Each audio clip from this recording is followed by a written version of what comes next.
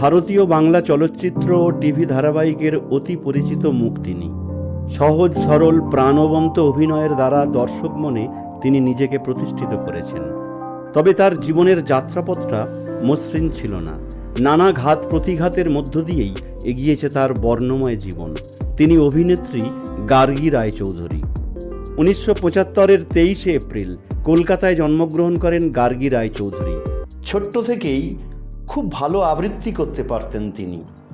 লেখাপড়া চলাকালীন খুব অল্প বয়সেই তিনি যোগ দেন অল ইন্ডিয়া রেডিও এবং কলকাতা দূরদর্শনের সঙ্গে।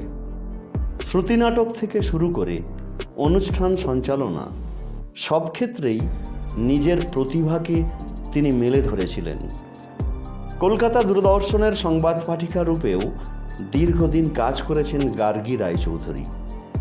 এরপর অভিনয়ের তাগিদে পেশাদার মঞ্চের সঙ্গে তিনি যুক্ত হন।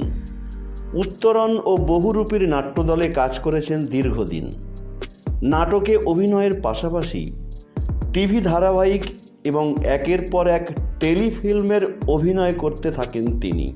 শিশিরের শব্দ শোনা যায় ধারাবাহিকে একজন আইনজীবীর চরিত্রে তার অভিনয়ে দর্শক মনে দাগ কেটেছিল।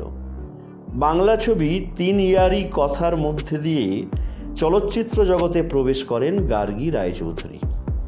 যদিও ছবিটি মুক্তি পেয়েছিল অনেক পরে। পরবর্তীতে প্রসেনজিৎ চ্যাটার্জি অভিনীত শুধু তুমি ছবিতে অভিনয় করতে দেখা যায় গার্গী দেবীকে। এই ছবিতে স্বল্প পোশাকের একটি গানের দৃশ্যের জন্য কিছুটা সমালোচিত হয়েছিলেন তিনি। এরপর তেমনভাবে আর মূল ধারায় বাণিজ্যিক ছবিতে অভিনয় করতে দেখা যায়নি তাকে। একের পর এক টেলিফিল্মে নিজেকে মেলে ধরেছিলেন। থিয়েটারের সূত্র ধরেই পরিচয় হয় অভিনেতা দেবেশ রায়চৌধুরীর সঙ্গে। বিবাহ বন্ধনে আবদ্ধ হয়েছিলেন তারা, কিন্তু অচিরেই সেই সম্পর্ক ছিন্ন হয়। বিচ্ছেদের পর কিছুটা ভেঙে পড়েছিলেন তিনি। বিবাহ বিচ্ছেদের পর আজকাল পত্রিকার সম্পাদক অশোক দাশগুপ্তের সঙ্গে সম্পর্ক গড়ে ওঠে গার্গী দেবীর। বয়সে অনেকটাই প্রবীণ অশোক দাশগুপ্তের সঙ্গে গার্গী রায়চৌধুরীর বিবাহ নিয়ে তুমুল বিতর্কের সৃষ্টি হয়। যদিও কোনো কিছুর তোয়াক্কা না করে আপন ছন্দে নিজের জীবনকে পরিচালনা করেছেন গার্গী দেবী। তবে বর্তমানে টিভি ধারাবাহিকে আর তেমনভাবে দেখা যায় না গার্গী রায়চৌধুরীকে।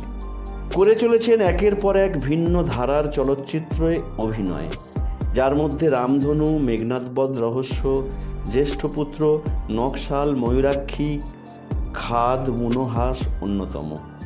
জ্ঞানচক্ষু চ্যানেলের মধ্য দিয়ে আমরা ওনার সুস্থ সুন্দর জীবন কামনা করি। ধন্যবাদ।